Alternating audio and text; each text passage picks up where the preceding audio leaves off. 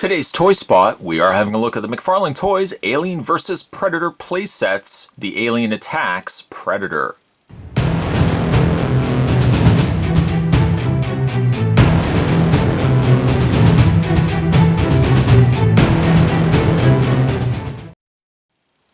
Spot's had this in his collection for a while and just never got around to reviewing them until now. Despite the fact that these are older pieces, I think they are still fair representations of both the Alien and Predator as really awesome miniaturized dioramas. This also is probably one of the better sets to get too because it has both the Alien and the Predator featured in its display. Warning, choking hazard, small parts not for children under 3 years of age. It is recommended for ages 13 and up. Spin around the back of the package.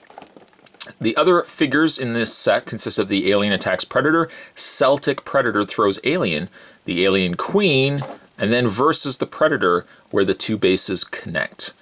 It says the mini diorama play sets recreate several key scenes from the 2004 blockbuster film Alien vs. Predator. Each play set includes one or more action figures plus a base. Collect all four plus the deluxe boxed set. And the box set down below is the birth of the hybrid. To check out more from the folks over at McFarlane Toys, you can go to www.spawn.com.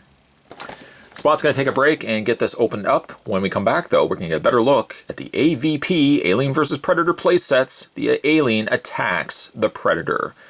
Don't go anywhere, guys. Stay tuned.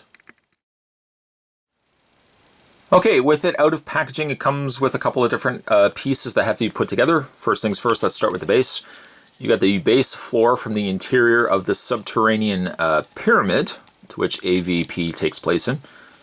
Say what you will, I actually didn't mind AVP. It could have been better, granted, but not a bad movie to bring the two together.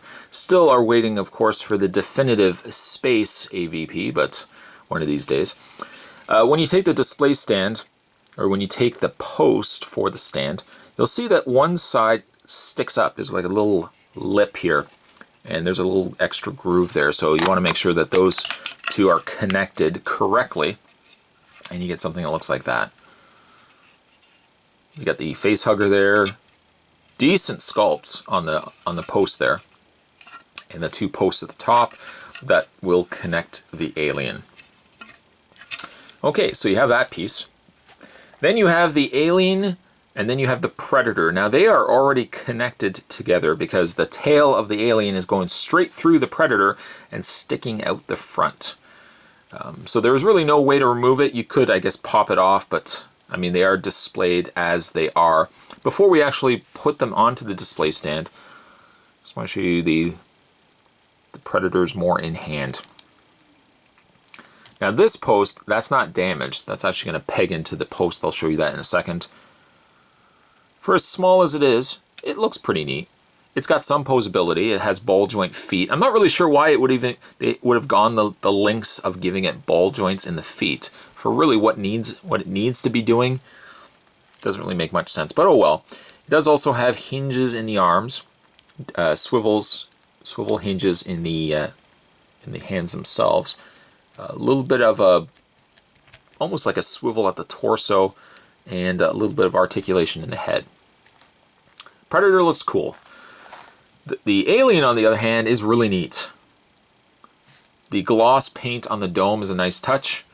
It does have a little bit of posability, not much though, because so much of it relies on what it needs to be doing, which is basically holding everything together.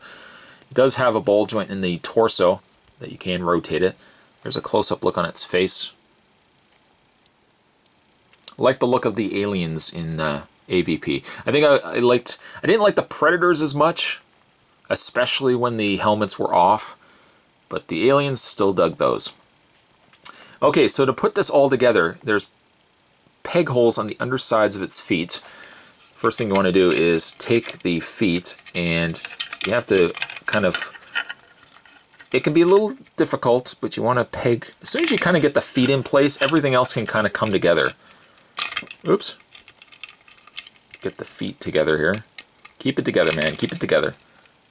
And get the other foot on there. There we go. I find the feet always seems to be the hardest for this statue to come together. And I say statue, it's more really a statue than it is action figures. And with that in place, you've got the alien there. Then you can go ahead and take the Predator, and you want to move kind of the arms out of the way just for the time being. Make sure these arms are down. It's just a lot of adjusting, really. And then the Predator post attaches to the top of the pillar, just like that. And then you just kind of do a little bit of adjusting. You can kind of angle. Again, I don't know why the feet have to be angled. It just doesn't make much sense to me. Kind of twist it to make sure that they're lined up with one another. There we go. And you have something that looks like that. Which looks cool. That's, you gotta admit, that looks pretty cool. The one side's not as bad, but I think I would prefer to maybe have it where the tail, you see it from the side of the tail coming around, impaling the Predator, and the tip of the tail sticking out from the front. It's a great look. Oh, it's such a cool piece. The thing I have to say for McFarlane toys, being what they are now, they don't really do much other than like the Walking Dead stuff. But in their heyday, you know, while they didn't make the most superposable of pieces, where they really excelled in, though, was little diorama statues. I mean, I would love to have gotten this kind of display piece in a larger kind of statue. Of course, larger statues, you're also looking at a more expensive price point. You'd be seeing a statue anywhere from, you know, $100 to $500. This piece, at the time it would have came out, this little diorama set would have likely cost you around $7 or $8. And I mean that, for something that's just going to sit on your desk, very, very cool to have in a collection. The beauty of these pieces too, and one of the reasons why Spot wanted to revisit this line, because I didn't really cover this line. I covered the figures, but I never covered really the diorama pieces. One of the reasons why I want to touch base on this line too is it's a fairly inexpensive line to get. On eBay, you probably could get about the same, you could probably buy these for about the same price as what they were originally sold for. Sellers probably have a whole ton of these kicking around that they just can't sell. So if you're a fan of like AVP, don't overlook this line. Just because it's an older line and the details, you know, they're not the most super of detailed collectibles.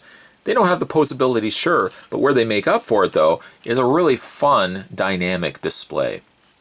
Today's Toy Spot, we were having a look at the McFarlane Toys Alien vs. Predator.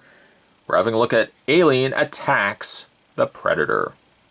Stay tuned, guys. Spot's going to have more Toy Spots heading your way. Thanks for watching. See you next time.